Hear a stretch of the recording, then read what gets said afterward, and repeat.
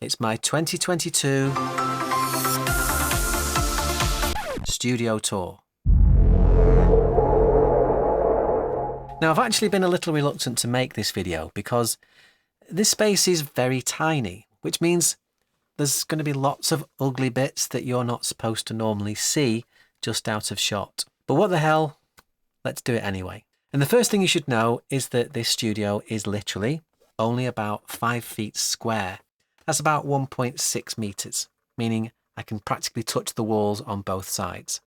And I use this space for recording voiceovers, for making music, for recording YouTube videos like this, for client video calls, for live streaming, and of course I use it as a more general office space too. Now in this video I'll be going over everything. The desk, the computer, control surfaces, audio interface, instruments, amplification, microphones, audio monitoring speakers and headphones, cameras, teleprompter, video switcher, video monitoring, video recording, lighting, and anything else that I've forgotten to remember while recording this section of the video.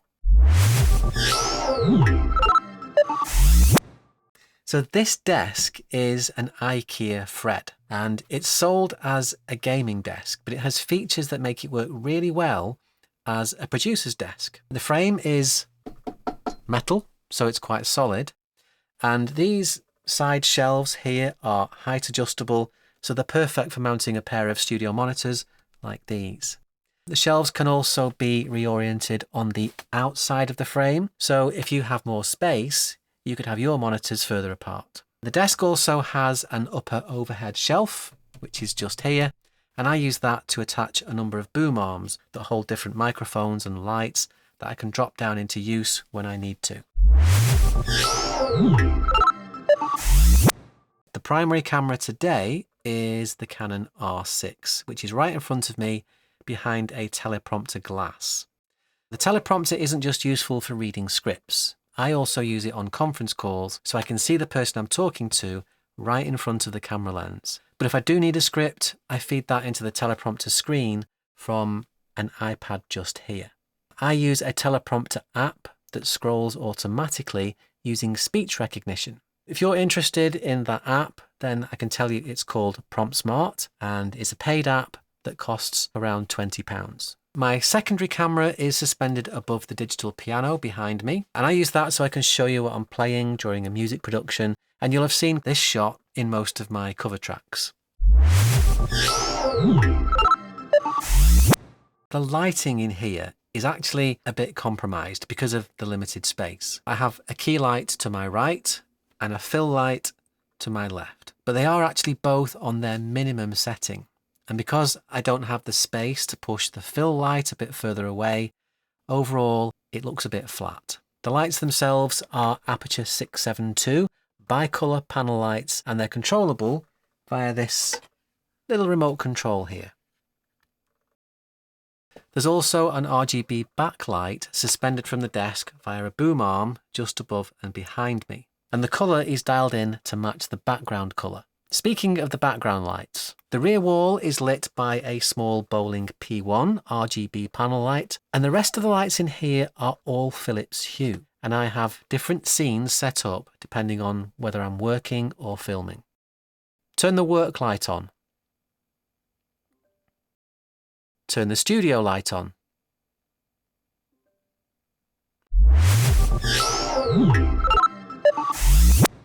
So what about microphones? Well, for video work, my primary microphone is a Rode NT3. Now note that's not an NT-G3, which I actually also have. That's a shotgun microphone. That's not what I'm using in here. The NT3 is a hypercardioid condenser microphone, which importantly can be powered by battery. So it doesn't matter whether I'm using the Canon C70 or the R5 or R6 cameras, I can always use this microphone providing I use the right cable. Here's an example of the cable I'd use. It's a XLR at one end and a 3.5mm plug on the other. Now the microphone itself is suspended from another boom arm attached to that upper shelf on the desk. But if I'm recording voiceovers, then I move to the back of the studio and use a different microphone. This is a Shure KSM32 studio condenser microphone, and it's connected to my Apogee Quartet audio interface over there. More on that in a little bit. I use 2 pop filters in front of the microphone, one here and one here. And when I'm recording, I make sure that I'm exactly 5 inches away from the capsule. The midnight hour is close at hand.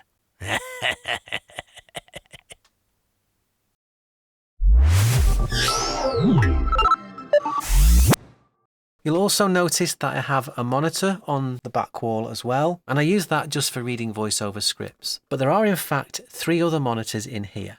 There's one in the teleprompter, which I've already spoken about. I have a 15-inch monitor just in front of me, which I use when I'm live streaming. And of course, we have the main computer screen. So this is an iMac Pro.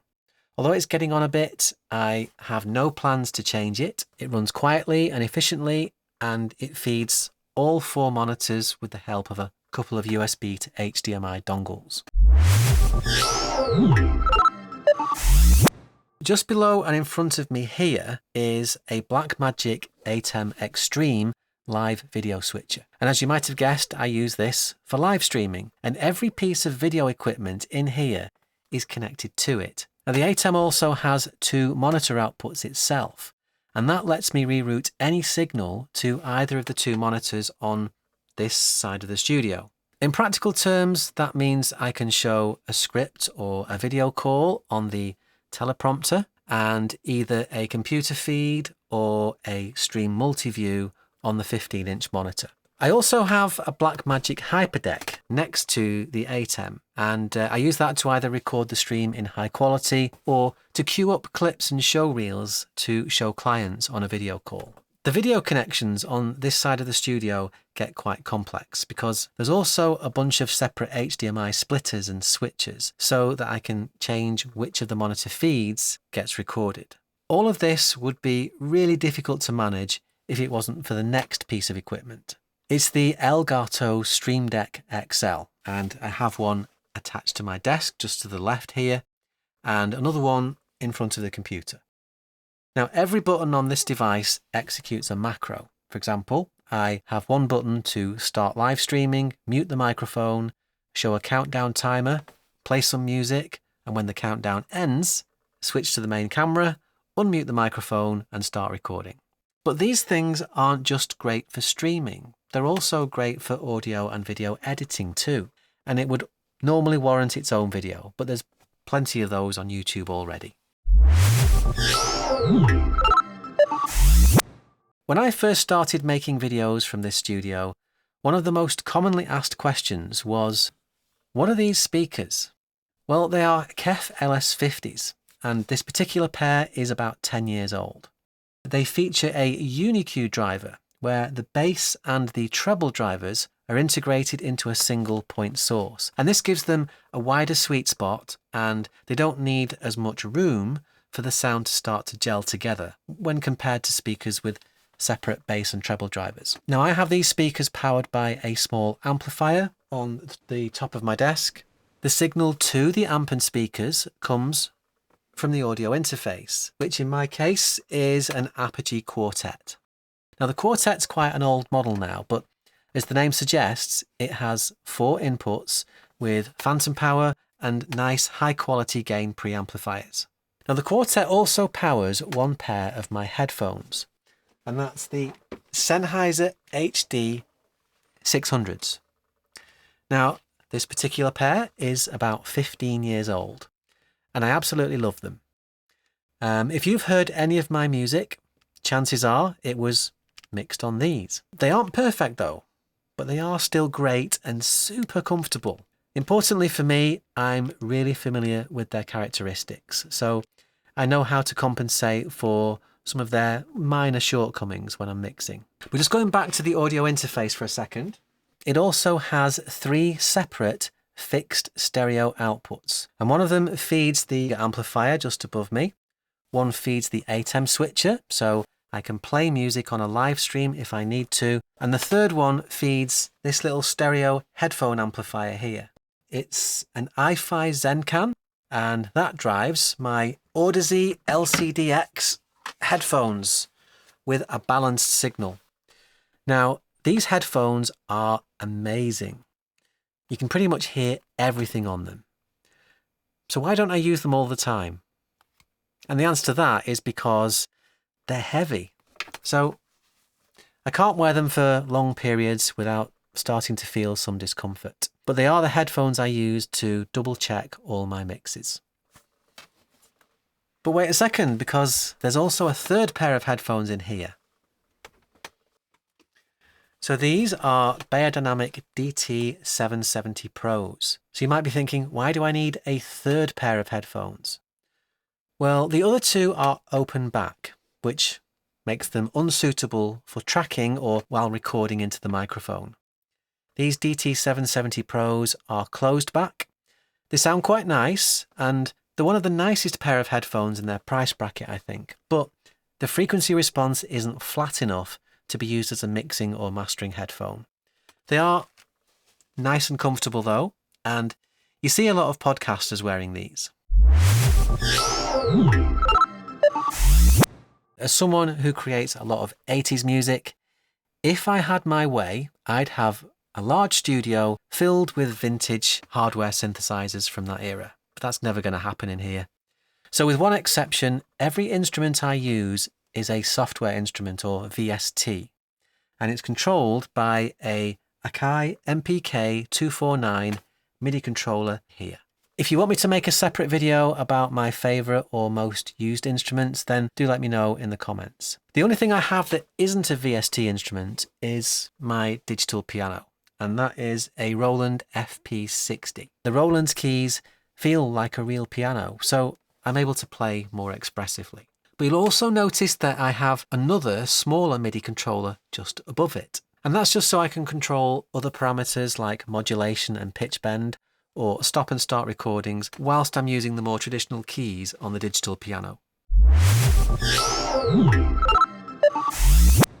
Finally, as many of you will know, my DAW, or digital audio workstation on the computer, is Cubase Pro. I'm currently on version 12, and I've been using Cubase since version 3, and personally I find it fulfills pretty much all my needs.